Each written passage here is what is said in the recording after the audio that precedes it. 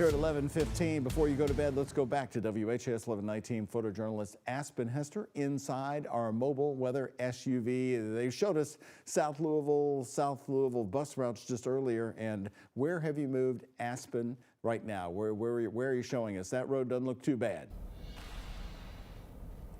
No, I'm getting on 264 East right now, showing you that the main roads really aren't that bad. It's really the side roads. These main ones have been pre-treated. I've seen quite a few plows going through, but you're still going to want to take it a couple miles per hour slower than you want to, just to be safe.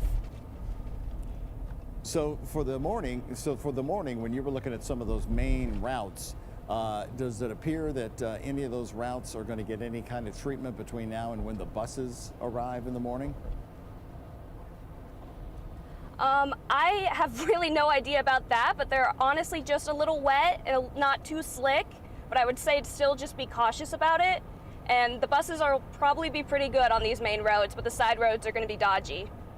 All right, very, very good. Thank you for showing us both, Aspen Hester, giving us that view of the roads tonight. That pretty much matches up, but the key that Aspen was bringing up too is the falling temperatures could really impact the roads on those narrow neighborhood streets. Yeah, it's the untreated roads, right? Because the treated roads, they've been fine ever since we had that big snow a week and a half ago, but then we had some melting today. We saw anywhere between 1/2 inch to over 3 inches of snowfall, depending on where you were. Now, the 3 inches, that was not in Louisville. That was up in Madison and Salem, Indiana. Carrollton, Kentucky, 2.5 inches of snowfall. Most of the Louisville metro picked up an inch or so, maybe underneath that.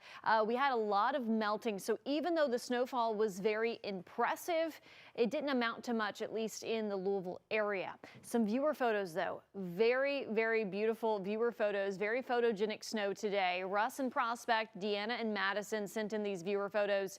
If you do take good viewer photos at any time, weather photos and videos, including of the snow today, be sure to send in our direction. There are many ways you can do that. You can text it to us at 502-582-7290, or you can join our Facebook group. That's the easiest thing to do, Kentucky Indiana Cloud Watchers. We take a lot of our weather photos and videos from there. We show them during our newscast and our weekly weather streaming show, Weather or Not.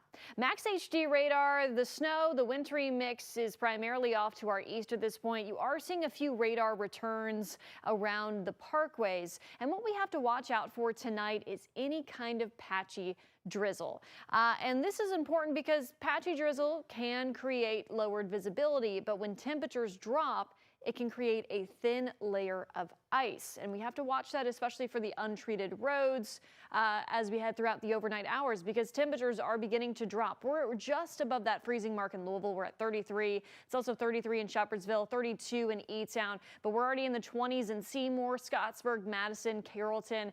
We're below freezing in Paoli and Mitchell. So that colder air will continue to filter in here, and those temperatures will be dropping down below freezing. So hour by hour futurecast, the main system, yes, is now off to our east and southeast, but as you just saw on the radar, some patchy drizzle will try to form overnight. So we'll have to watch that closely. We'll start off tomorrow in the 20s and not warm up much. We're going to struggle to reach that freezing mark, it looks like, tomorrow afternoon under mostly cloudy conditions. And then looking ahead to the end of the week, this is that potential clipper. I will say this particular model data has it closer to Louisville compared to the other model that we look at. Now, it's not going to be as impactful as this shows. We could have a rain-snow mix midday on Friday, and then that's pretty much out of here. But something of note is Friday, our temperatures will be back into the 40s, so that should minimize impacts if that clipper system comes that close to I-65. The trend has been for it to be a little bit closer to the Cincinnati metro rather than the Louisville metro. Temperatures this weekend should be in the 30s, slight chance for some flurries on Sunday, and then we warm into the 40s next week with the potential for some 50s just beyond that 7-day forecast.